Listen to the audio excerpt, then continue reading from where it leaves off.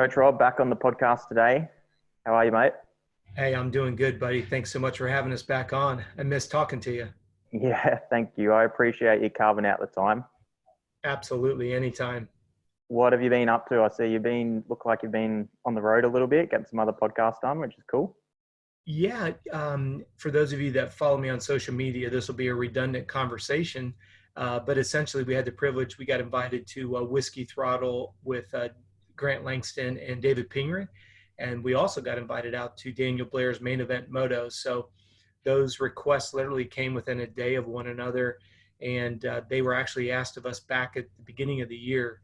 So Lord knows, nobody knew this whole virus situation was going to manifest itself. So we thought the quickest and the easiest way to get out there without making ourselves sick or anybody else is we would just drive. So we packed up, headed west. We lived out of our truck, literally. We ate out of our cooler, slept on an air mattress, and we drove. By the time we got out to California and then got back, we had I think it was 110 plus hours windshield time. Yeah, And I don't know the conversion on kilometers right off the top of my head, but it was I think it was about 7,200 miles was our total drive time. yeah, right. So It's a big day. it was, but it was very good, and it was a privilege to be with those guys because, as you and I talk about all the time, I'm still as much of a fan of the sport as I am. You know, I try to be a contributor to the sport in some way, but to be able to, I hadn't had a chance to spend time with David Pingree, to be able to spend time with him and his daughters, and then as everybody knows, Grant Langston's pretty funny to be around, and Daniel Blair and producer Joe in the back cave, that was cool.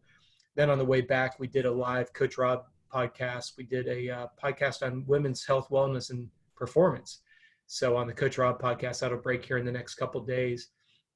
Now here we are, got a chance to talk to yourself, and I appreciate your patience with the time difference and all. So I always enjoy the feedback from your listeners. It's kind of cool because each podcast, of course, there's always going to be a little bit of an overlap, but it's pretty cool how the characteristics of the listeners are just a little bit different, whether it be questions or frustrations. So I always enjoy being back on your show. Yeah, thank you. I've really enjoyed listening to those other podcasts too. There's some great content in there for sure. Yeah, there's we talk a lot about it when you look at when we were with you back in January, the Gypsy Tales podcast with Todd Waters hit. I thought that was awesome because I never realized how humble Todd was. He's such a badass on the bike, but very, very Yeah, humble. I love that. Yeah, legitimate questions I think everybody can benefit from. Then you get out to Whiskey Throttle and you get David Pingree, with Pro Circuit, obviously managing the Troy Lee Designs team. Then you have Grant Langston, multi-time world champion, outdoor champion. And yet when you talk to those guys, they're so grounded and down to the, grounded in the questions they ask, all of us can relate to. And if you listen to the shows, I think it was a kind of a consensus amongst everybody that they wish they knew now what, if they knew then what they know now, is even though it's a bad cliche and as physiology. And I think that's what's so cool about what you're doing in Australia is there's such a need for the knowledge. And like we said, if we can get the nippers involved all the way up to the weekend warrior and obviously everything in between, including pros, we can increase the longevity of the sport and people can have more fun with it. We can start moving more bikes and get more people riding at the tracks, and let's get the excitement back on a dirt bike. So Yeah, I think it's really 100%. cool. They bring perspective that I don't think anybody else really understands. So hope everybody listened to it and got something out of it. I know I did talking to them. Yeah, for sure. I'll bet. Yeah. So I thought I would start off something today, sort of around the virus thing. Sure. So I guess what I wanted to perhaps touch on was how it can, or how people can sort of modify their training to suit what's going on. One of the things I guess I've learned from just spending a little bit of time with you, which I've been lucky to do, is you're really good at maintaining a positive outlook or reframing things in a positive light. I would say. So I appreciate at the moment, like we've been gifted an extra 3 months essentially of a preseason. So you and I might look at that and go, fuck yeah, we just got an extra 3 months to train. Yeah. Yes. But a lot of people I'm speaking to are like falling off the wagon. They've lost their motivation because that external goal, I suppose, of the race, we don't know when it's actually going to be now. So Sure. Um, how do you sort of look at that in terms of how not just maintaining motivation, but how do you sort of modify your training with what's going on at the moment? I think the most important thing to step back is ask yourself, is this a lifestyle or is this something that you're only motivated by the race itself? You know, working with the pros that I've had the privilege of work with, and I'll keep it in the realm of motocross, it's no secret. I've talked about it numerous times. I've asked the pros, why are you doing this? Mm. And I think it goes right back to what you're saying. I think all the listeners need to ask themselves, why do you get up every morning and do fill in the blank? Why do you go to the job you go to? Why do you stay in the relationship you're in? Why do you put yourself through the, let's call it, discomfort of strength training, cardiovascular, foam rolling, stuff that's not very enjoyable at times? And when we think that we only need to have, you know, there's got to be this carrot at the end, trust me, I'm all about there needs to be a reward for the effort. But I think there's been a little bit of a paradigm shift where if there's not this reward carrot, that a boy, you're good, you're a stud, you're a studette, all of a sudden now we don't have the motivation. And I would ask people to change their paradigm just a little bit. Do this for yourself. Do it because, and I do not want to sound cynical, and I've said it a lot this past month, I find it awfully interesting and almost humorous that it's taken a pandemic to get people to understand the importance of not overtraining, the importance of a strong immune system. You know, you and I, we've had great conversations in your show previously about the importance of sleep. And yet people say, oh, that's just pie in the sky. You know, anything over 7 hours, there's no way. Well, now you put yourself into a situation where without having a strong immune system, and I hope your listeners understand, sleep drives the strength of the immune system. Your clean eating habits. I don't even like to use the word healthy because healthy, people think it's tree bark. We're not insinuating that.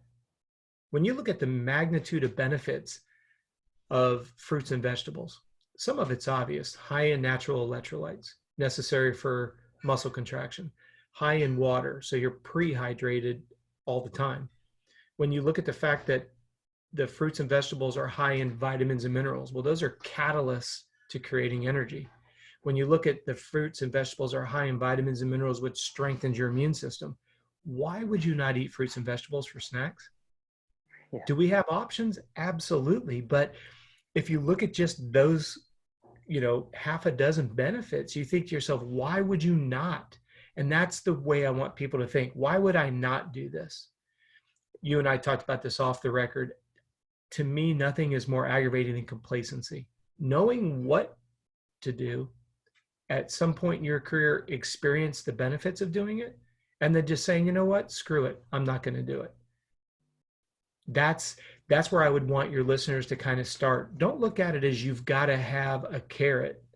Ask yourself, is this a lifestyle? Because, and I'm not trying to put you on the spot, but, and I want the listeners to understand we haven't talked about this, so I don't want to put words in your mouth, but you really don't need to worry about the virus.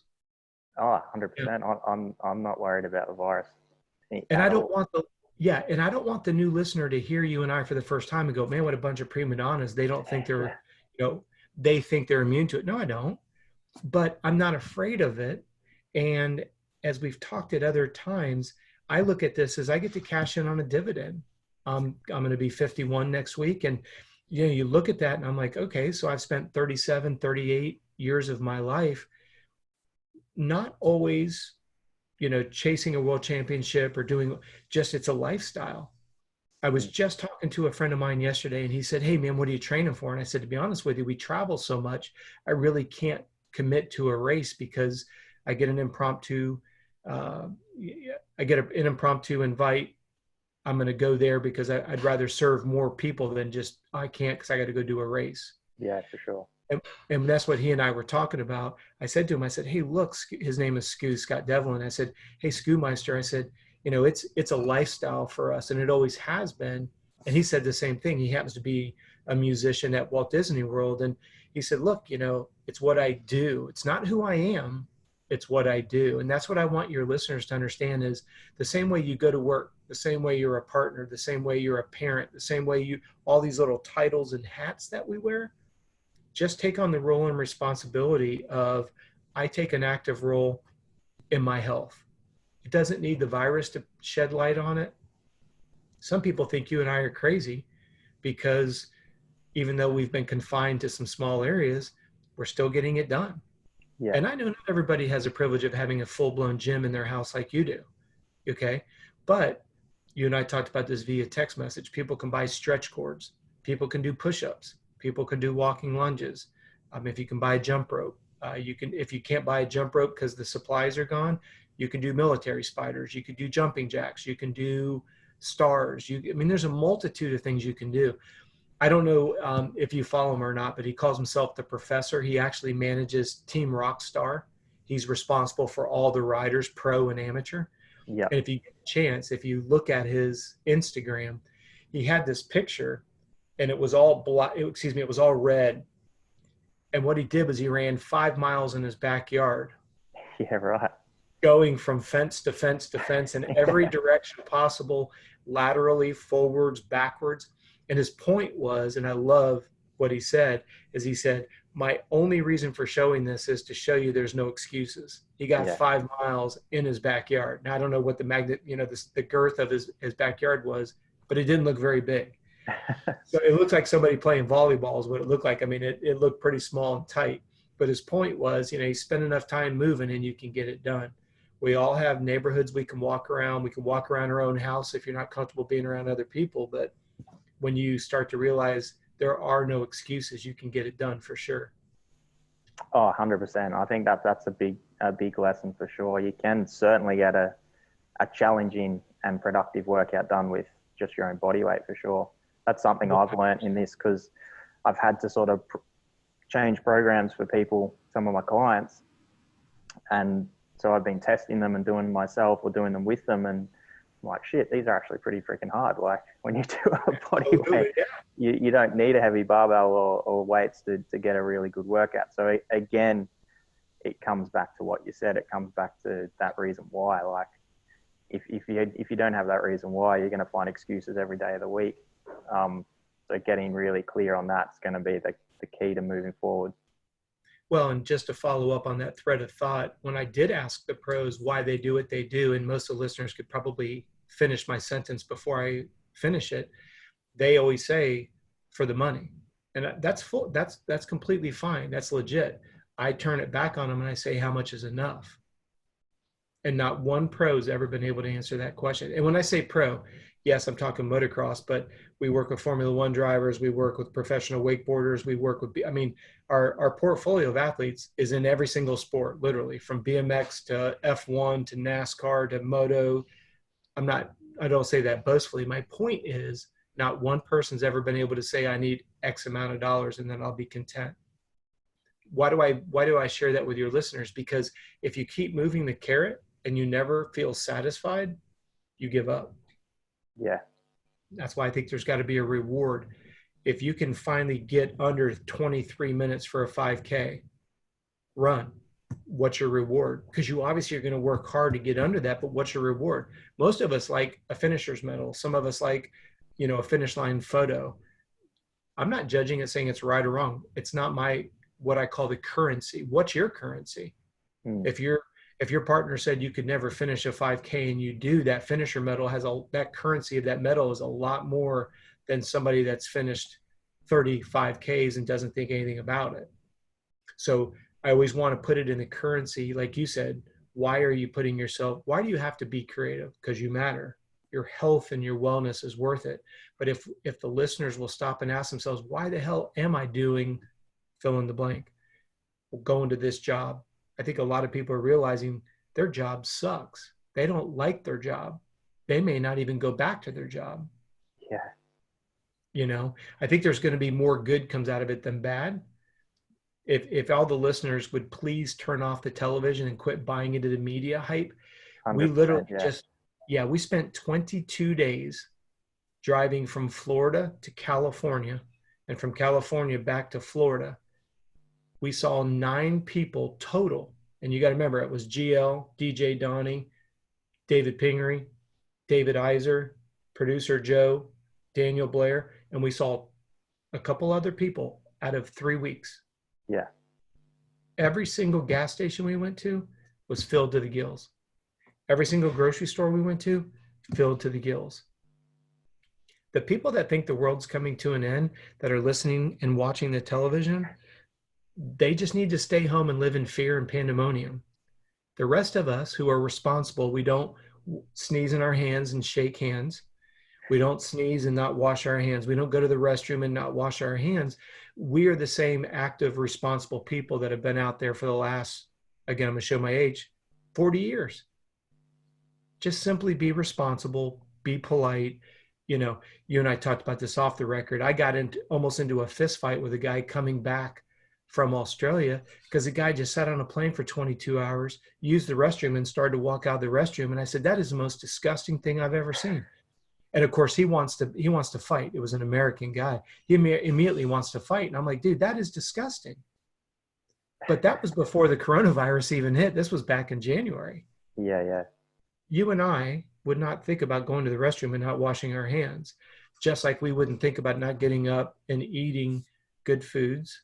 Now, as everybody knows, we don't try to live in glass houses, but our behavior, this is what I'm trying to get at, is our behavior matches our desirable outcome. Whether it's yeah. make $5 million or make $5, it doesn't matter. Our behavior matches our desirable outcome. You know, your bond's partner, and you pour into that. Your little guys, you're their dad, you pour into that. You take the title of dad and partner seriously, and your behavior emulates that. For all the listeners, if you care about feeling better and you want to be immune to, hate to say it, if you want to be immune to viruses similar to this that are going to come down the pipe eventually, go get it, you know? So I think it's cool. Don't look at, you need to have that reward just to say that it's worth doing it. Your health and wellness is worth doing it. And I know that's easy to say, but hey, start somewhere. Yeah, 100%. I would agree for sure. That's what the big message I try and get across to my guys is that, like, at the moment we might have a goal of a race that we're training towards, but when that ends, that doesn't mean the training ends. Like, perhaps the volume and intensity might change or decrease, but if we still have that I guess that long-term goal of our health and our longevity, then the training becomes something that we just do as a part of that. Like you said, it's what we do. And add one more component. Crossing that finish line should be the reward. Win, lose, or draw doesn't matter. Understand that is an incredible privilege to toe the line, finish, and then evaluate and say, hey, did I really race to my potential? But never forget, that is the reward. Whether you get a trophy, whether you get a paycheck or you get a bonus check, that should never be the focus. It's easier said than done, but I think it's imperative. Yeah, for sure. I think that's another lesson we can take away out of this is just how lucky we are to get to go and do a race. Like right now we can't, and people are finding that quite challenging because we woke up one morning and the government said, okay, you can't ride your dirt bike, you can't have races. It's been stripped from us. So how grateful are we going to be now to get to actually just go and do a race? Well, I don't know if you heard me say this. I believe I was talking about it on Gypsy Tales. We don't realize that our pancreas allows us to eat junk food. Yeah. Just for the listener, your pancreas produces insulin, which allows you to absorb sugar. If you know anybody who's a diabetic, their pancreas doesn't work, especially if they're type 1 that have to use a pump. And I don't want that to sound cynical, but we don't realize how much we stress and take for granted what our body does do to adapt and overcome. And like you said, now all of a sudden the privilege of riding a dirt bike is, the organ's been removed, and now we're getting a replacement, and we'll have a new appreciation for it, for sure. Without a doubt, yeah. Yeah. So because I guess some people are struggling with motivation train, there's like quite a few people who are still got the hammer down and are smashing it. So in that regard, like there's obviously people who are still training. So we've been gifted an extra at least 3 months. We really don't know. It could be more. So what if we're looking at it that way, how should people sort of be managing their and I guess what I'm getting at is their intensity of training, because we know that smashing yourself with high intensity workouts, your immune system's going to be depleted for a couple of days. It's going to, like, if we think about that, the bucket or the 4 quadrants of stress, as you talk about it, we're essentially pulling that fire hydrant out and filling that up. Yeah. So what should people sort of be looking at there now that we have got an extra 3 months perhaps until the first race? How should our intensity be managed? I think the key is to look back, and if you are not doing what we're going to talk about, please don't take this as a kick in the shins. Just kind of start changing the way you do things. If you've fallen under that, or it fallen into that trap, rather, that high intensity training is the key, recognize that it's not sustainable. And again, I don't want a new listener to think, man, he is a total prick because he's always being cynical about it. We can sit and talk all day long about high levels of oxidative stress. We could talk about the damage of free radicals. We can talk about all the damage of high intensity training. We don't want to wait until an athlete is trying to maintain this high level of peak performance and find that all of a sudden when we get to go back racing 2 weeks before they crash and burn going, man, I was a great trainer, but now I'm not ready to race. Well, let's kind of take that and reverse it. If you're spending, and I'm going to use a very, very loose percentage here today, let's say that you spend 75% of your volume aerobic and 25% anaerobic. It's going to be a manageable percentage. What if you bump that up to 80% aerobic, 20% anaerobic? It's going to be very attainable. Yeah. You and I have talked about this before, and we've talked about it on your show. Until you can go long and slow, you can't go short and fast. So it's always more important to maintain an aerobic engine and a strength base, because give you 6 weeks, give you 8 weeks, I can bring speed back. The problem is it takes 6 months to build an aerobic engine. That's the aha I want the listener to have. If you've built a strength base and if you've built an aerobic engine, I can rev the engine and I can drop that in with 3 intervals, 6 intervals, 8 intervals, and I can slowly ramp up that lactate tolerance. However, if you're not physically strong, you can't go fast. If you don't have an aerobic engine, you can't sustain it to go fast. So your frustration is you think to go short and fast is the only way to go short and fast, where you're really undermining the foundation of that 80%. Focus on strength, functional movement as one unit. Focus on that aerobic engine, high quality eating. The reason why I focus on the high quality eating is because fruits and vegetables are an antioxidant. Let's think about this. When you and I are hauling the mail and our heart rate goes up, we use more and more oxygen. Well, a negative byproduct of that is oxidative stress, free radicals. This is where I want the listener to understand when someone says a fruit and a vegetable is an antioxidant, now you know where oxidant comes from, oxidative stress.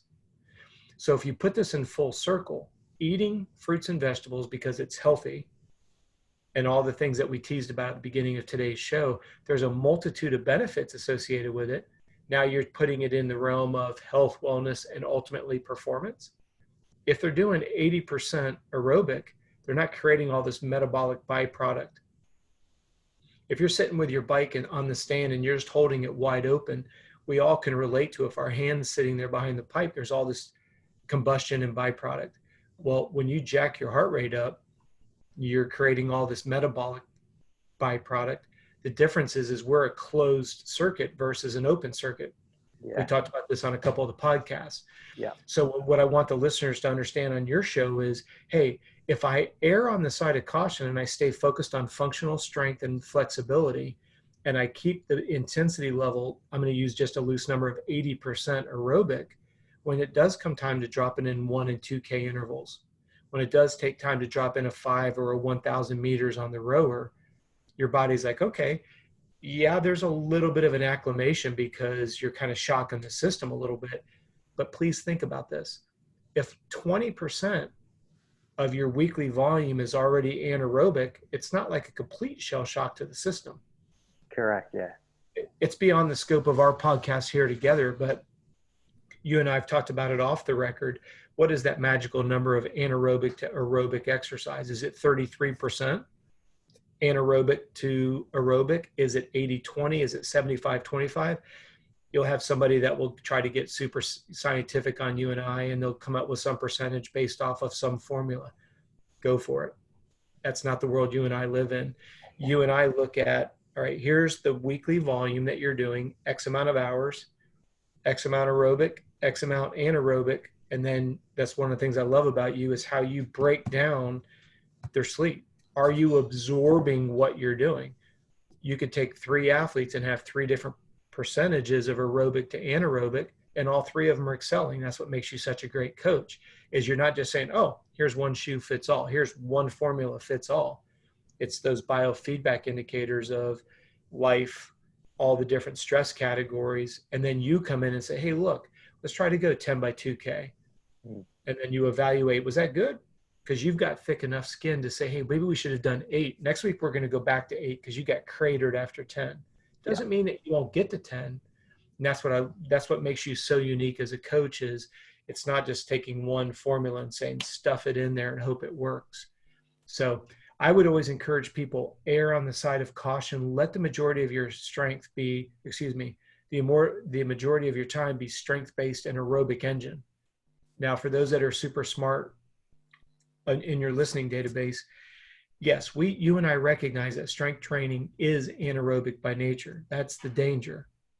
When we're saying 75, 80% aerobic, you got to remember your strength is getting into that category of anaerobic. Most listeners think, oh, that's just guts to the wall interval training. No, that includes strength training because strength training is anaerobic by nature. So that's that fine line that we need people to be listening to and paying attention so they don't hurt themselves. Yeah, for sure. I think that would you, and this is something you can perhaps educate me on a little bit, but if we've built our tolerance up to strength work in the pre-season or off-season, like to use a round number, if we can squat 100 kilos, which I'm not saying you have to be able to squat 100 kilos, but sure. it's a round number. It's a number, yeah. So, and I would agree, like going, when you go hard and you max out your strength, like it's like you said, perhaps we haven't got our heart rate right up, but it is still stressful on the system, on the nervous system, obviously. So if we've built our tolerance up there in the off season and then say in season we squat 50 kilos, would you think that that's still going to contribute to the anaerobic if our tolerance is adapted to it? That's a very, very good question because it really goes back to how many hours and then really looking at, like you said, strength training is so, it's kind of that Formula One, it's straight up and straight down, straight up and straight down. But that's what makes you a great coach because you realize even though the heart rate isn't going to fall into that anaerobic category, you realize that 40, 50, 90 minutes has got to be attributed to anaerobic load. Most of the listeners are going to think anaerobic is just interval based. So for someone like yourself, when you write your training protocols, you know that athlete's going to be in the gym for 40 minutes. So you add it up and you say, okay, that's why I think the listeners need a good performance coach. I'm not here to sell. I'm not here to try to sound like a platform, but most athletes just want to show up and say, all right, what's the workout today? They want you behind the scenes going, okay, I'm trusting you that you're not going to overextend me. You're not going to push my adrenals. You're not going to be the coach that says, hey, let's go on a calorically restricted diet. You're giving them some outlines and guidelines because you're always finding that balance between total load, let's call it aerobic and anaerobic, sum total 100%, to the 2 variables of recovery, food and sleep, quality and quantity. Yeah. So to answer your question, absolutely. You've got to be able to pull that percentage over and say, okay, we got 3 strength workouts in. You as an elite athlete, you as a recreational weekend warrior, you general fitness, which is all 3 of them are extremely important. What I want the listeners to understand is you understand that the individual is a stay-at-home mom with 2 little ones. Her stress is completely different than the stress of an elite athlete. Does it make one worse than the other? No, we're not insinuating that whatsoever. You are looking at the human body, your client X, Y, and Z, how he or she responds to stress. But what's unique is you're looking at what the catalyst of the stress is and what's the ability to recover from it. The definition of overtraining, and I think I've said it almost every time we've had the privilege to be together, the definition of overtraining is simply doing more than you can absorb. Yeah. Now, the variables associated with absorb is food, sleep, hydration, et cetera, et cetera. So no, it's a great point. And again, that's what makes you a good coach is It's not about just looking at a heart rate monitor saying, oh, it's based off of heart rate, which, you know, I'm a huge fan of heart rate. It's, you know, behind the scenes that at a neuromuscular level, that's a lot of confusion and noise on the body. And it does take a long time to recover from it. Yeah, yeah, for sure. I think that it's something important to note. Like, we're definitely not saying that to not do the high intensity training, and just stick to low intensity. Like, obviously that's going to be detrimental to your long-term results, but it's just managing it and being well aware. Like you said, that's the biggest thing I find. I've got, and I'm sure you'd be the same, some younger clients who they can tolerate a bit more of that high intensity training or less recovery days, whereas got some guys who are more closer to our age, like 40s, late 30s, early 40s. And I know myself, like, I just can't tolerate it. Like, I can't do any more than 2 days of high intensity training a week, or else it cooks me. Like, I'm done. So it's you bring looking, up I think we see, like, we look at what these people post on their social media of them flogging themselves, and people just think, oh, that's how I've got to train every day. It's just, it's a quick way. You've got one foot in the grave and the other one on a banana peel, essentially. Exactly. And I want you to keep this into consideration from the listener's standpoint. You look at somebody like yourself, or, you know, not trying to name drop here or whatever, you know, we just struck an agreement with Jeff Ward right now. We're going to be working with a couple athletes together and stuff like that. When you talk to somebody like a Jeff Ward who didn't have the information that the younger generation has today, whether you want to call it internet, whether it's coaches like yourself, imagine spending 15, 20 years flogging yourself, not realizing you're doing the wrong thing. Then when you get into your late 30s, early 40s, here's where it gets a little bit nebulous, but I hope the listeners will follow. Your body starts to grow a resentment against that high level of intensity training. I mean, all you got to do is listen to Todd Waters talk about on Gypsy Tales. Like, he didn't even want to walk into the gym. He's associated himself, or it may have even been Daniel Blair, or no, it may have even been GL or Ping. I don't remember which of the three, but they were talking about, no, it was GL, because he was saying he would walk to the gym and his heart rate would start to elevate because now think about that. That's not a good association with exercise. Not at all. But yet, like you said, you realize there's the importance of strength training, but because, and I hate to use this word, but because it was done incorrectly, his body has grown a resentment against it, but yet he's in the peak of his career. He's finally making the money. He's got the 2-year deals. And what he needs to be doing, he's in a power struggle with his own body. He doesn't have a trainer yelling at him. He doesn't have a riding or, you know, a team manager. This is simply, and he articulated that, this is literally a battle between him and his brain. So any parent that has a young athlete, keep it fun. Anybody who's coming into their prime, think about erring on the side of caution, because it will 100%, no pun intended, it will 100% increase the longevity of your career. Yeah. Now you get somebody like you and I that enjoys riding, and we want to ride into our 70s and our 80s. Well, if you've baked yourself in those early years, then you hit that lull 35, 55. Well, then all we do is find ourselves being susceptible to being injured. We don't want to do the things we need to do because our brain is like, nope, I don't like that. Some of the listeners, they go, it's just psychobabble. That doesn't make any sense. Well, when you step back and you realize, and I hate to use this analogy, but if you've ever been around an animal that's been abused, we adopted a dog that was abused. And if I picked my foot up off the ground, that dog would drop immediately. Yeah. Because it had been programmed that if the foot came up, it was getting kicked. Yeah. Now, again, I don't like to use abuse as an analogy, but I want you to see this is a dog, and the dog's been programmed. Human beings become programmed.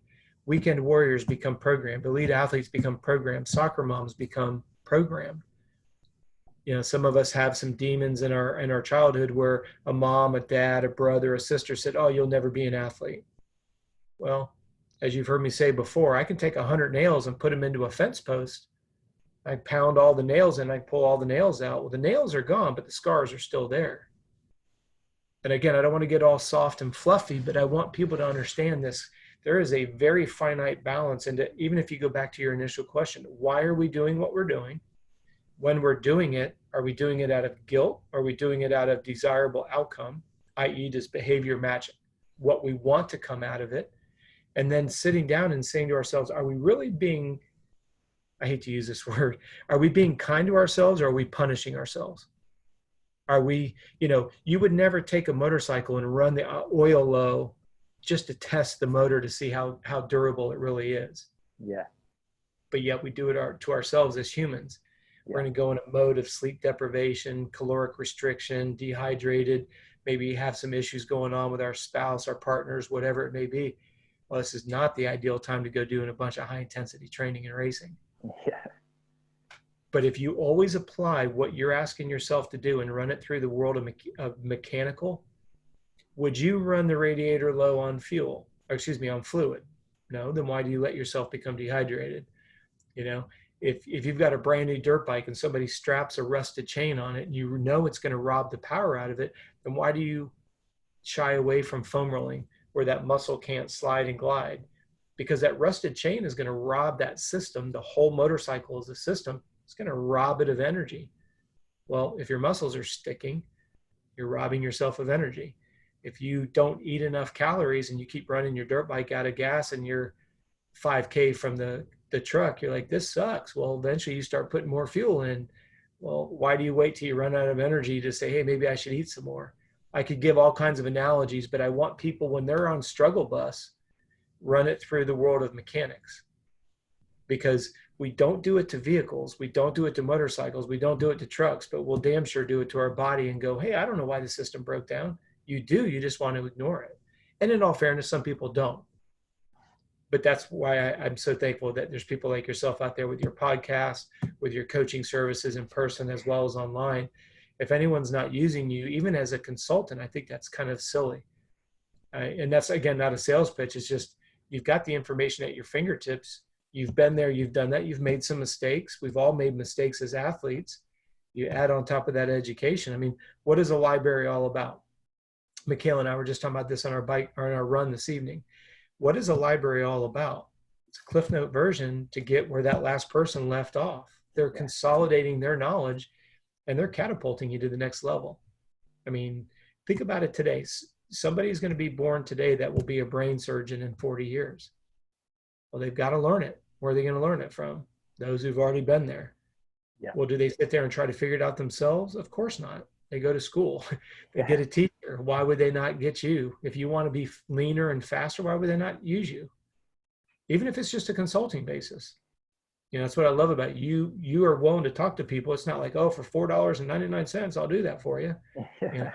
Look at your videos. I love your videos. I mean, skills on the bike or skills on the bike. I love it. Yeah, I appreciate that. I think that's a great analogy. I love that analogy you use with it. And anyone that rides a bike or is even into cars perhaps can relate to that analogy. And it's so simple, but I guess it's easy to see when you describe it like that. But it is true. Like people, we often treat our bikes with more respect than we do our own body sometimes. Well, somebody who may follow me personally has heard me complain about this.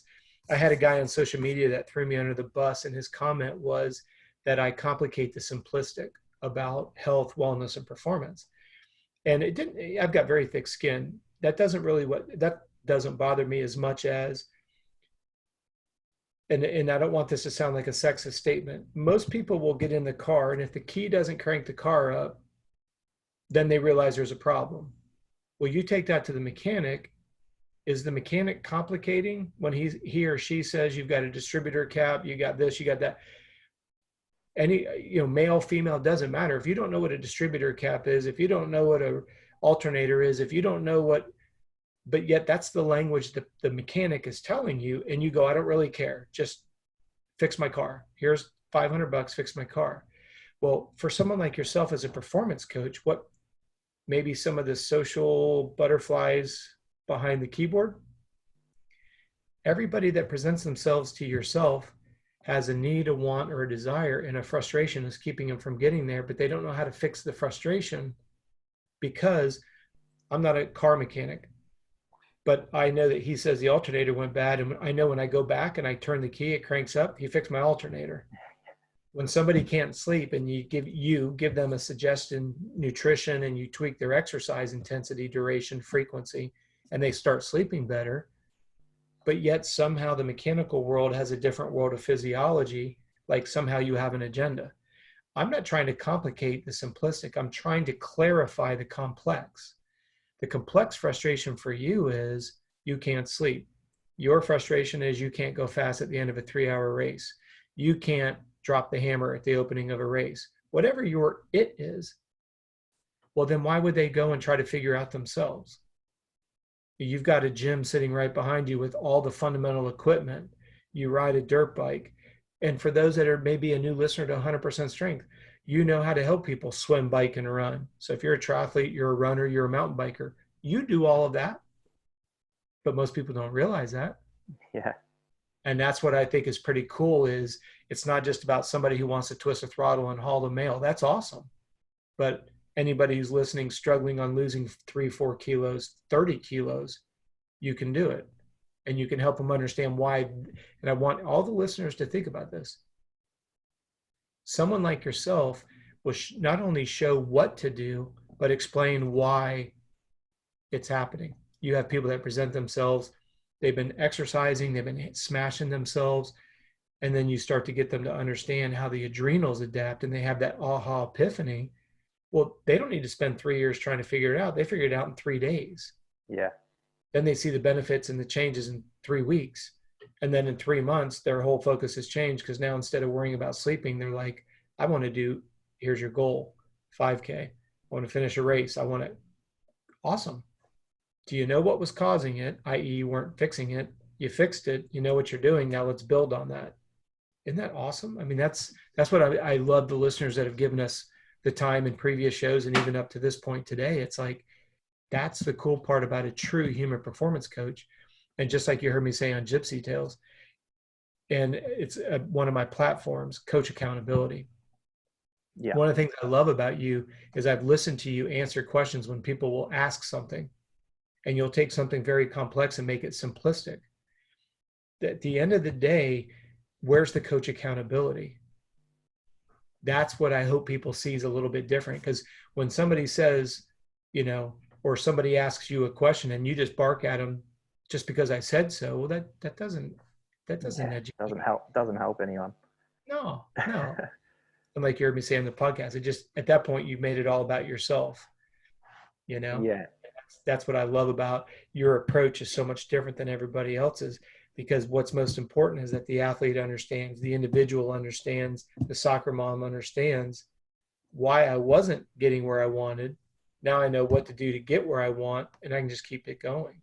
And then the goals and the challenges just get bigger and bigger, which is awesome. Love it.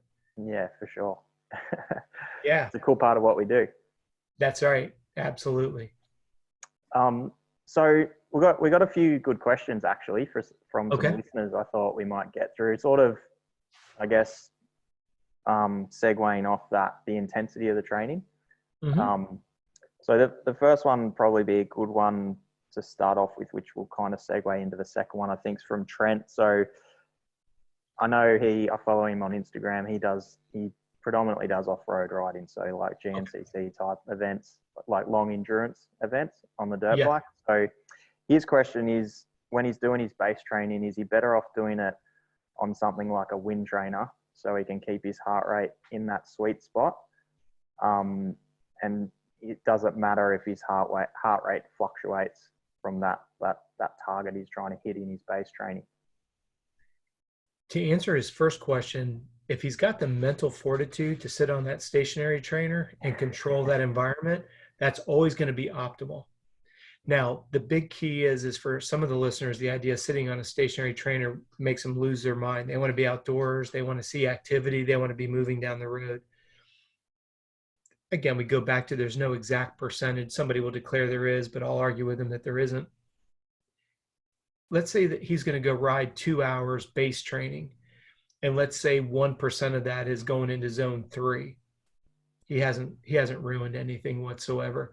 It's when you start seeing double digits, because if you live in an area where there's some undulations, you're inevitably going to have to get out of the saddle. I'm not saying you have to, boast, just blow it out going up the hill, but when you stand up, that's just another reason why people may not understand when you're in a seated position on a road bike, the heart rate will always be lower, because as soon as you stand up and you start rocking the bike, the blood's got to distribute it to the upper body for the working muscles. So this is where it gets a little complicated, but if I'm making it complicated, you can pull me back. If you're riding at 15K, 20K, 30K coming up to the base of a hill, it's okay to go up that hill at 5K to stay in that heart rate zone. I think what happens and trips a lot of people up is if they're at 30K on the flat, they think they've got to be 30K on the incline, and now they're into zone 3. And this gets beyond the scope of tonight, but if they don't have a good aerobic engine, their ability to recover at the top of the hill, it may linger. So at the end of the ride, let's use 2 hours. Next thing you know, 22 minutes of it's been in zone 3 or 4. What screwed them is they don't have the aerobic engine to bring it down, and they went too fast up the face of it. And I like the way he described it. If it's true base training, you can never go too slow in base training. Don't take my word for it. That's what I was going to say. We're probably better off going a bit lower, aren't we, than a bit higher. Like for most people, say it's 135. Say that's like your glass ceiling, we want to call it. Yep. So you're better off staying under that by 5 or 10 beats than going over it by 5 to 10 beats, aren't we? Always. Because again, if you start getting into those upper ranges, your ability to increase that aerobic engine, and particularly the capillary beds, is minimized.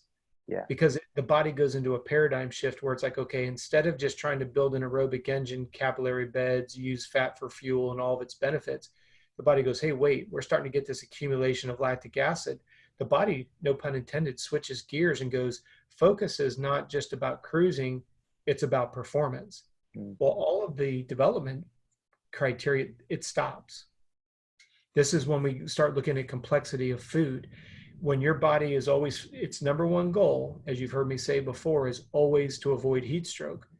So if you're sitting at 75, 80% of effort, yeah, digestion's in the equation, but you start pushing above that 80, 85% into 90, it's going to shut digestion down and only focus on not dying of heat stroke. So that's why we start to get it, our gut backs up because digestion gets shut down. Same thing applies here. If you're trying to, and I think he said his name was Trent. I like what Trent used was the base training. You can't go too easy. I love what you said. Stay off that glass ceiling by 10 beats and you'll always come out ahead at the other side of it. 100%. Yeah, for sure. I think we were talking about it last time you were over. Next thing on my list to get is an e-bike, because you've been to my place. Like you can't go for a flat ride around here. Like it doesn't exist. Even to get out my driveway to get onto the road is like, it's like a 45 degree. So I've trained myself to do it. Like I can do it now. I can keep my heart rate under 140 and go for a long ride, but it is challenging, and sometimes you're back to snail's pace. But I kind of enjoy that because it's another it brings that mental discipline into it. Like obviously smashing yourself, sprinting up a hill, trying to hit a number takes mental discipline, but it also takes mental discipline to hold yourself under a number. And even if you're on a mountain bike single track, like it's quite challenging to go really slow, keep your heart rate down and still balance, pick a line through rocks. So it kind of brings another dynamic to it, I find. 100%. And we can, because I know you've got some questions there and I want to get through them. For the next time we're on air together, let's talk about if you want to increase or you want to break out of a speed rut, you've got to change your pace up. And I love what you just said. You're sitting there at 5K, 10K. The balance is completely different than if you're flying downhill at 40K. Yeah. The eye-hand coordination balance, one of the quickest ways to break a speed rut is to change the speed. And I don't want to go down a bunny trail there, but yeah, if the listeners are interested in that, we could talk about how to break speed ruts by changing up the pace. Now it's kind of interesting. You're saying, hey, if you have to ride up that hill at 10K pace to stay in the heart rate zone, that's okay because that's your focus of base training. Yeah. If it's an anaerobic threshold workout and we need to be up in those upper ranges, then the whole platform, the whole approach changes. Pancake. But it's interesting, like you said, there's a tremendous amount of benefits on those easier rides. Balance is by far one of them. 100%, yeah.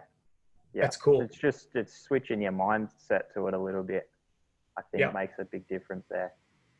It's just understanding the purpose of the workout is if you're not going to be browbeating them that their average speed wasn't X, Y, or Z, instead you compliment them that their average heart rate given 3,000 feet of climbing. Well, guess what? You know, if you go out and you do 1,000 meters of climbing up and down and you stayed in heart rate zone 2, you built strength. Doesn't matter speed, you built strength because you went 2,000 meters up and you built the aerobic engine. Isn't that really what base training is all about? So that's a great question by Trent. Can't ever go too easy. Yeah. So it just like you said, he actually had 2 questions, Trent hit. So his was not necessarily about the speed rut, which I think is where you were kind of alluding to there with the terms of intensity on the bike, but on the motorbike talking about. He said that he also struggles. He's tried to do like a lower intensity effort on his moto, but he said like to get his heart rate anywhere under 160, he feels like he's just crawling around the track. So he said, should he be doing all his motos at race pace, or should he be trying to do some of that lower intensity work on the moto as well? He needs to change up the pace for sure. Now, in all fairness to himself, if you're on a track that's just completely, you know, super ruddy, G'd out, you kind of have to recognize that it's more dangerous to go slow because you end up facing everything. And that's, and I know not everybody has this luxury, but if you know that you're going to go out and you're going to run 330s, you're going to run 430s, and you're going to stay in heart rate zone, low end of, 3, top end of 2, you've got to go to a track that's conducive for it, where you can flow a little bit more. I don't know Trent's riding ability, but if he's out in the bush a lot, or if he does use the track to do, you're going to have to choose the track that's conducive for it. And I know that, again, not to be redundant, I know that's not always ideal, but if you know you got to keep your heart rate down, don't be afraid to go to a track that's relatively smooth and easy. And I'm glad you bring this up, because I'm getting more and more of an opportunity to get riders to understand, when I'm training a professional triathlete, a professional cyclist, a professional runner, we work on energy systems. Yeah. So if you think about, we've all heard these buzzwords: aerobic, anaerobic, aerobic, lactate tolerance, aerobic, lactate threshold, all these buzzwords. Think about it as a carburetor. As you roll that slide channel up, as that chamber goes up, RPMs are going up. Same thing applies here. When you look at this, if you're going out on the motorcycle, let me digress.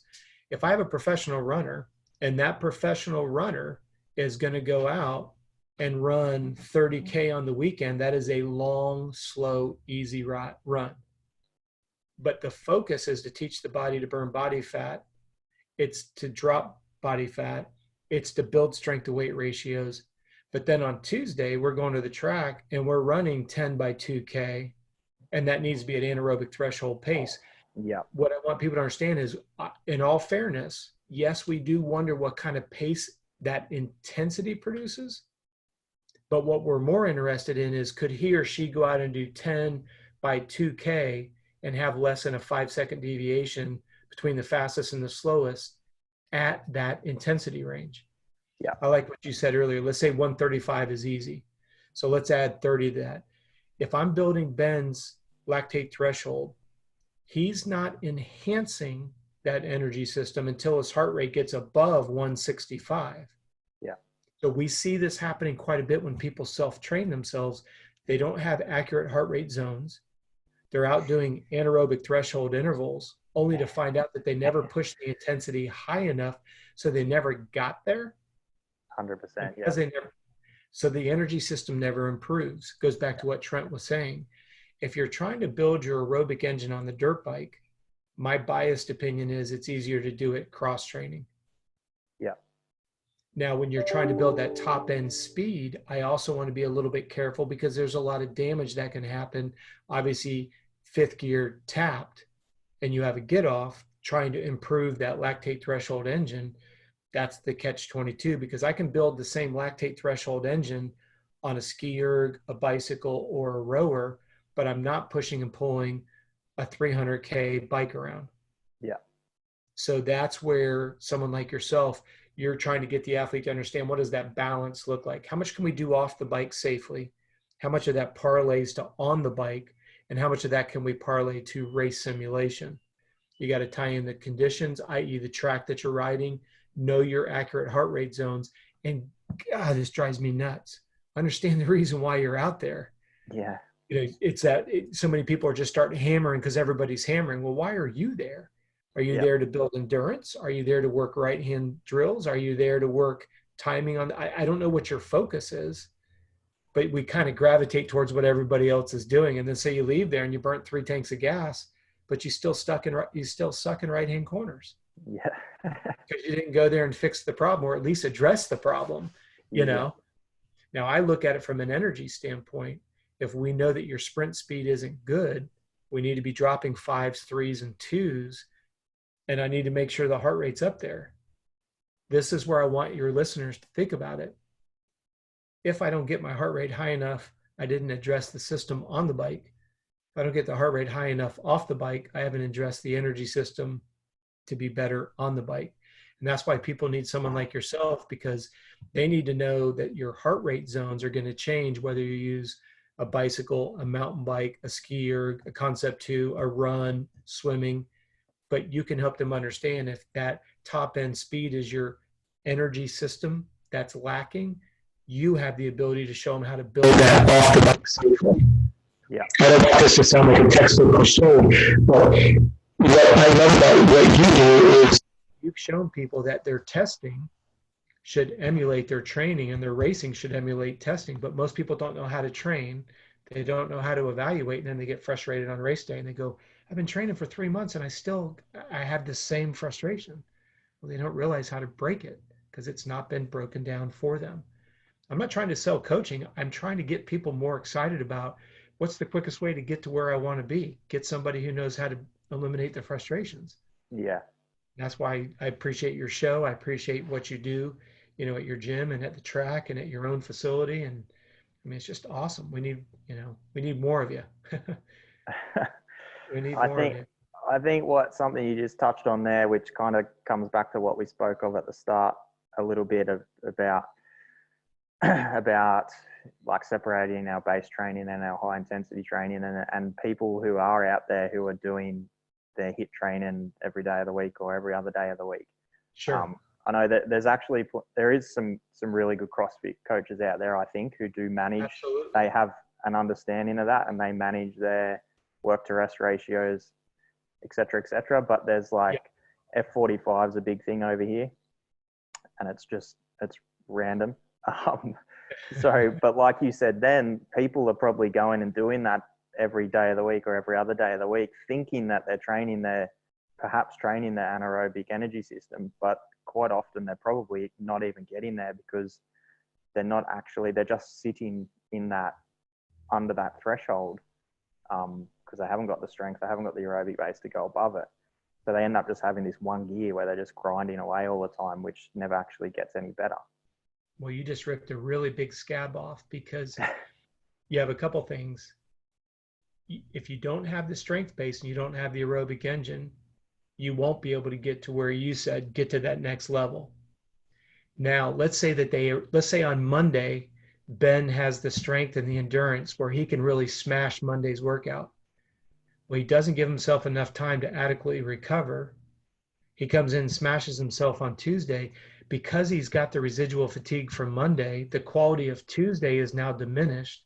Comes in Wednesday, he's got the residual fatigue of Monday, Tuesday, and now he's going to smash Wednesday. Now we start compromising biomechanics. So now the risk of injury goes up. We've overloaded the adrenal system. We've created a tremendous amount of oxidative stress. Now we're at Wednesday thinking we're really, really, we're digging deep. We're pushing the envelope.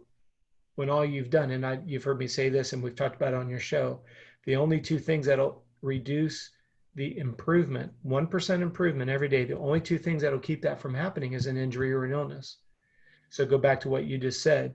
If you don't have the strength base and you don't have the aerobic engine, you can't complete Monday. But let's say Ben does because he's in good shape, but he hammers it Monday, Tuesday, Wednesday. Where's he at by Thursday?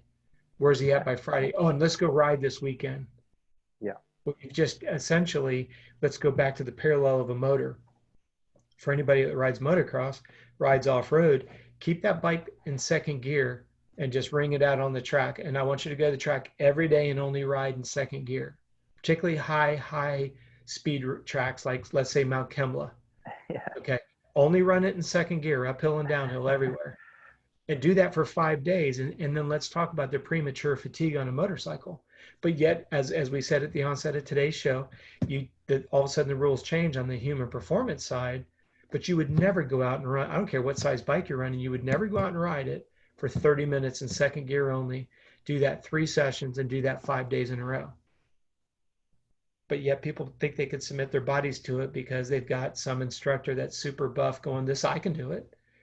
Well, let's be clear. A lot of those people are out shooting synthetic HGH and taking other elements to help themselves recover. That's not blaspheming anybody. It's true. How do I know it's true? Because I've had some of those people report to our wellness center saying, look, this is what I've done. I've been doing CrossFit for X amount of years and I'm crushed. And I always ask the same question, well, how did you sustain it? And they come clean. I went to the doctor, told him I couldn't get an erection. So now I got testosterone. I told him I couldn't sleep. So now I'm getting, you fill in the blank, whether it's HGH, testosterone, I can go on and on. That's not my point.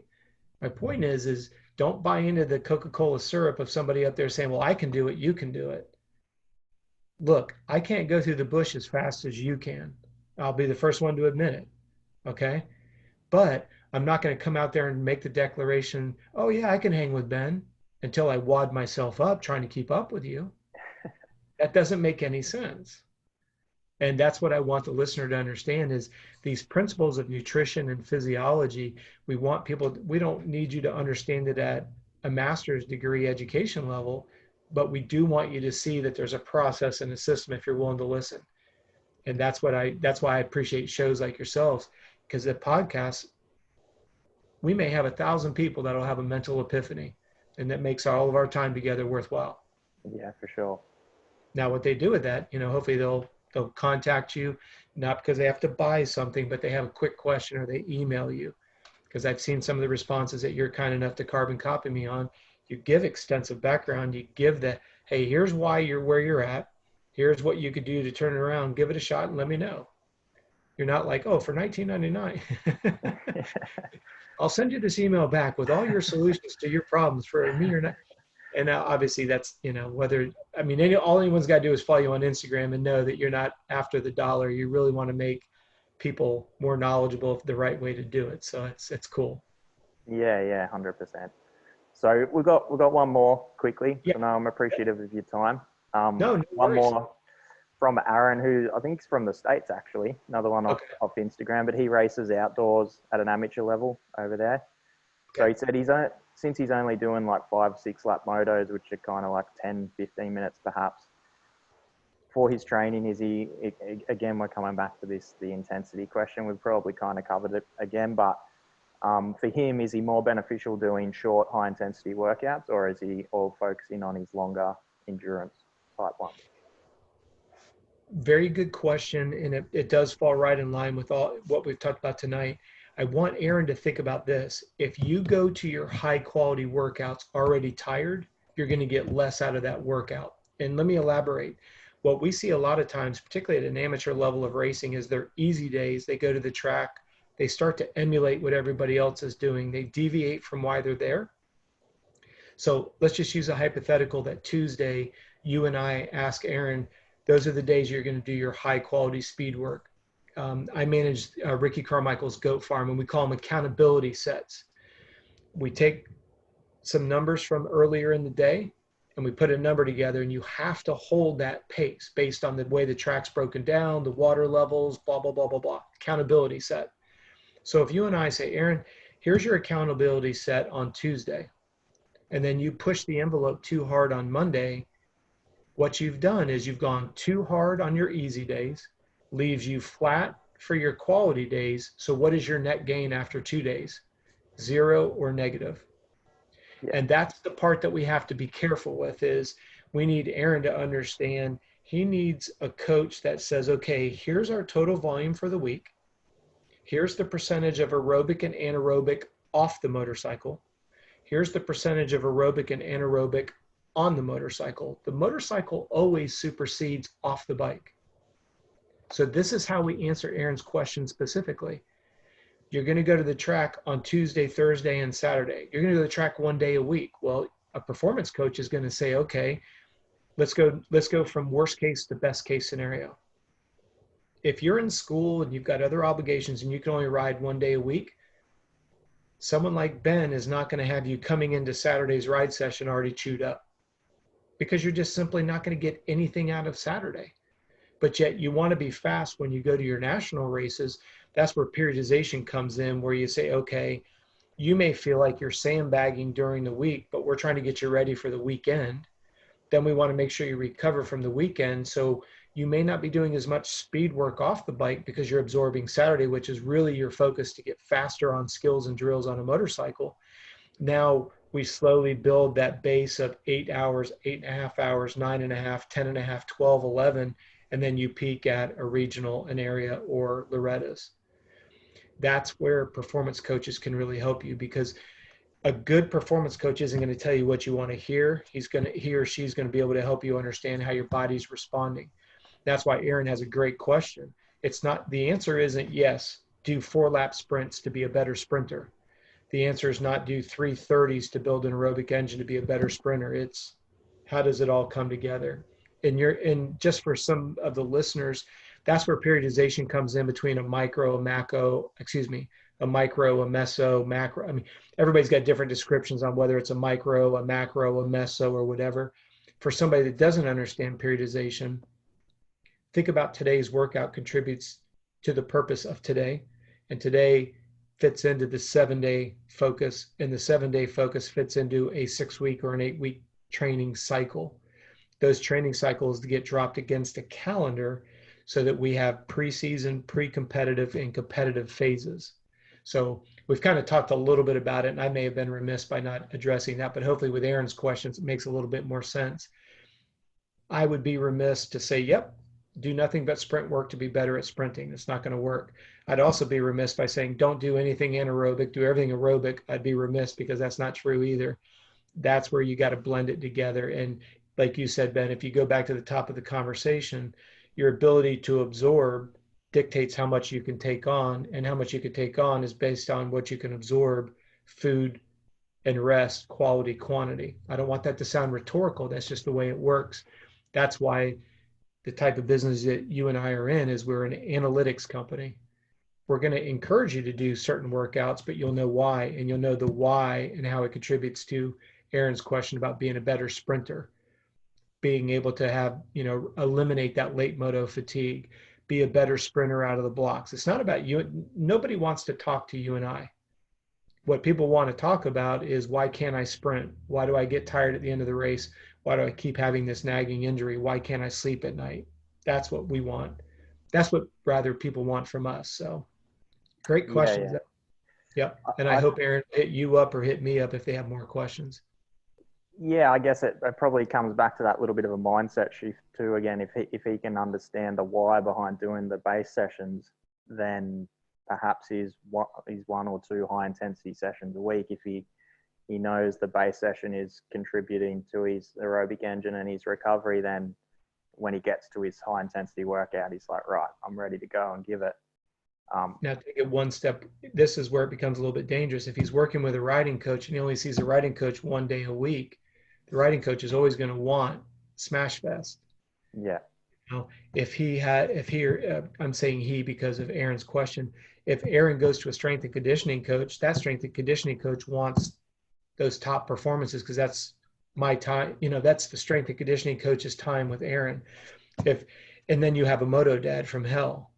So the moto dad is like, I'm paying all this money and you're not getting faster.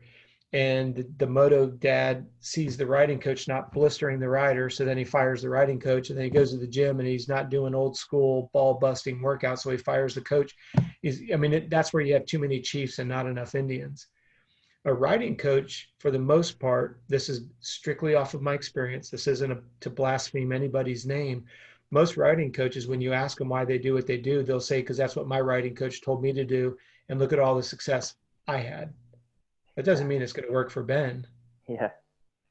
Now, if you want to explain physics and balance on the bike and the integration of it all, great. But what I get a little bit concerned about with young riders, even older riders, is you got dad barking in your ear, you got riding coach barking in your ear, you got sports psychologist in your ear, nutritionalist in your ear, strength and conditioning coach, massage therapist, and they're all yin and yang, and nobody knows what anyone else is doing. And again, that's why you have to, there is nothing. This was a question that was posed to me by Whiskey Throttle. I have never seen a sport more difficult than riding a motorcycle because of all the gear we wear, the size of the bike that we ride, the weight of it, offsetting velocity, speed. I mean, I said it, and I apologize for anybody who listened to the podcast, but can you imagine riding your mountain bike or riding your road bike with all your motocross gear on? Yeah. I mean, helmet, goggles, boots, jersey. I mean, there's not another sport that has that much surface area of the skin covered, Yeah. but that's the sport we love. But yet, you've got people that sit in a gym and are going to tell you that they know how to make you strong, specific to pushing and pulling a dirt bike. No, the fallout, and I'm going to sound like a real smart ass when I say this, doing this for 37 years and seeing the frustration level of parents and kids coming in saying, I've done all this work for 3 years and I still suck. Those exact words were said to me at Loretta's this last year. The mom was extremely mad. The rider had been at a facility. They had no hydration strategy. They had no warm up. They had no, her exact words were, my kid, pardon my language, my kid is shitting the bed on the starting gate. He doesn't know how to acclimate. He's not handling the heat. He's exhausted and it's only Wednesday. And they're like, well, why'd I pay all this money? And I'm like, I'm not bad mouthing facilities. I just think that the riders and the parents listening to your podcast should be able to go into a facility and be able to get answers to why Johnny is 5 kilos lighter than when they got here. Why can't they finish a 15, 20, 30-minute moto, depending on what they're racing for? Why can't Johnny touch his toes? Why is Johnny a nervous wreck all the time? Why can't Johnny sleep through the night? A parent can't ask that question and get a legitimate answer. I have a problem with that. Coach accountability, facility accountability. That's why we have a network of Moto E coaches. That's why we have a network of Moto E facilities, because you, being a rider, should be able to ask any one of my facility managers why the heck we're doing what we're doing in the gym or on the bike. Yeah. I'm not overstepping my bounds with Jeff Ward as a riding coach, Ronnie Tishner as a riding coach, Ricky Carmichael as a riding coach, but I will be able to explain what the rider needs to do what Ricky's asking them to do. For sure. That's me serving the facility, serving the rider, serving Ricky and Miss Carmichael. You know, and that's not name dropping. I want people to realize this is real world stuff we're talking about. Yeah. So great question there. Yeah, absolutely. Yep, that's it. I mean, right now we have Seth Hammaker.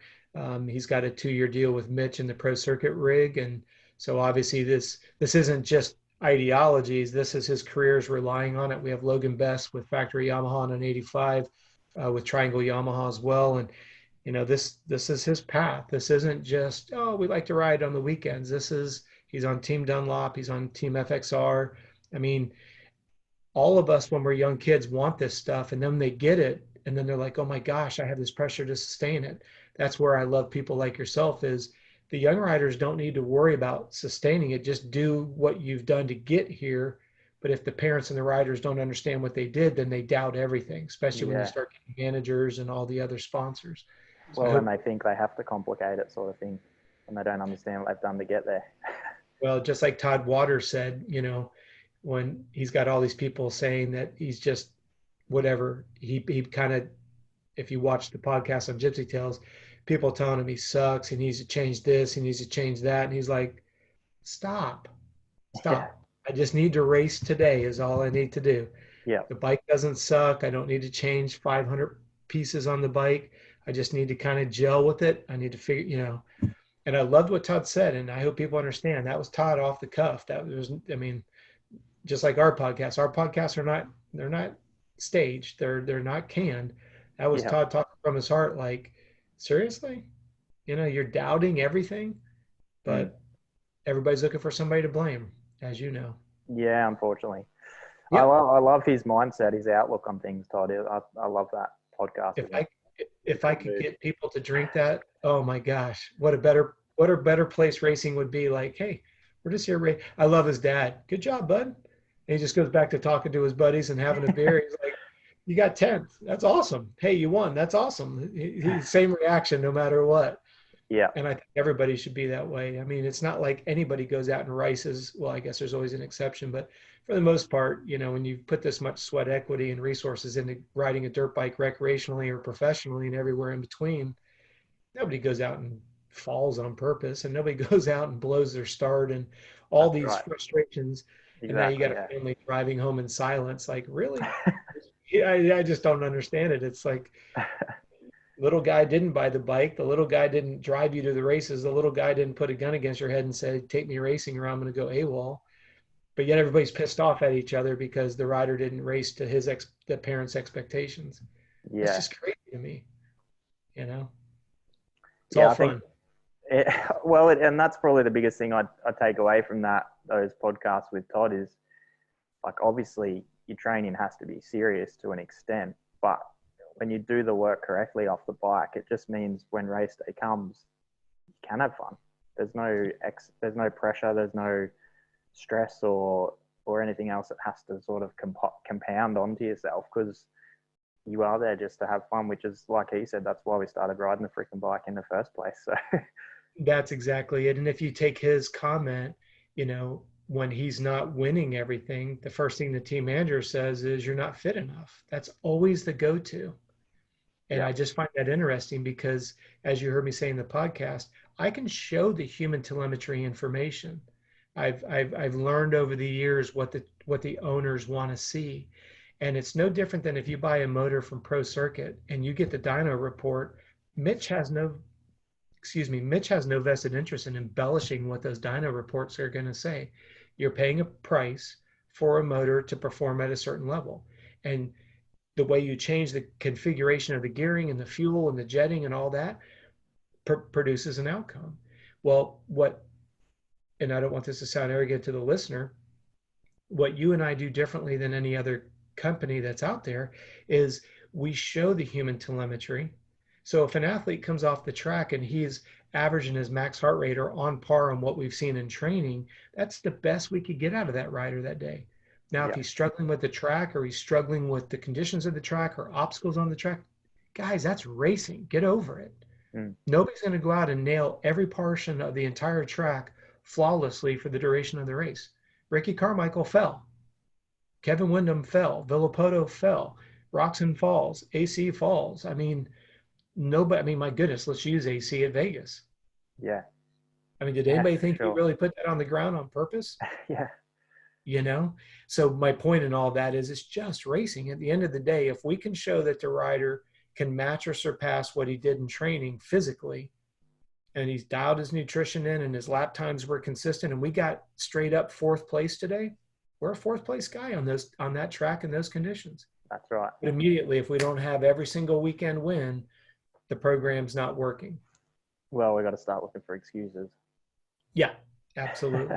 Yep, absolutely. And I'll be the first one to say on public record, and I've said it on all these podcasts, is it's always the fitness program. It's always a fitness program. Always a Yeah, fitness program. And I'm not boo-hoo-hoo, wah-wah-wah. I know what I'm walking into. yeah, But that's right. I can look the athlete in the eye and say, you know what? There's no way that you could be any fitter, you could be any healthier. And because I know you're fit and you're healthy, you're as fast as I know you're capable of. Yeah, Now, that doesn't always make me popular, but like you've heard me say before, I'll never put performance in front of health. I'll never put performance in front of the wellness of somebody. That's irresponsible, which brings me back to a huge soapbox on coach accountability. And I'll spare your listeners on it. Any coach that roaches an athlete should have some kind of ramification. And I don't know, I will take my last breath on the face of the earth doing that, whether you're a triathlete, a cyclist, a runner, a motocrosser. These coaches cannot burn these athletes out at a professional or even an athletic, or excuse me, an amateur level. And then as soon as that athlete is literally a chewed up piece of burnt meat, they just jump to somebody else and move on. That's yeah, bullshit. And I have yeah, a hard time with that. yeah. It's not a good outcome for people. No, it's not. And unfortunately, a lot of people are buying the t-shirt and they're getting roached and then their careers cut short. And I think somebody, you and I could do a whole podcast on it. You know, my mantra is if you work with us, there's an accountability factor. If they work with you, there's an ability. Because like I said on the podcast, if somebody comes to me and tells me they've been diagnosed with Epstein-Barr, I've let you down. But on the flip side, when I show you that you're on track of overtraining and I ask you to pull back, you have a responsibility to respect that because I'm not doing it on emotion. I'm doing it on biofeedback. I'm not going to wait until you burn yourself to say, I told you so. Yeah. There's the difference. Not because I think I'm Superman or I'm super kind or all this other. I'm not trying to pat myself on the back. All I'm saying is if you don't want to buy that t-shirt and get diagnosed with Epstein-Barr, then be open to what we're doing to keep it from happening before it happens. That's that concept of a diseased tissue, a diseased organ system, just because we, through disregard to blood reports that come back that give you a lot of information that you can make some executive decisions on. So Yeah. I love these questions because what Trent had asked and what Aaron had asked would keep them from going down that path. And I love it. I'm glad that they're sending those questions in to you. Yeah, 100%. Yeah. So if anyone listening, if I've got any more questions, send them through because we'll get them answered on the next one. I think there's some great value in there today for the listeners for sure. So thank you for that, Coach Robb. 100%. And please send the questions in. If we don't answer them in the next podcast, please trust us. We'll archive them and we will definitely because if you're going to take the time to send the question in to Ben, we're going to answer them 100%. Yeah, for sure. Absolutely. So hopefully not hopefully, but no doubt once the virus is out of the way and we're allowed to travel again, we'll hopefully see you back over here for some more camp. We will make it happen for sure. Thanks so much for having me, man. I appreciate it. That's all good. Thanks for coming on. Take care, bud. Bye.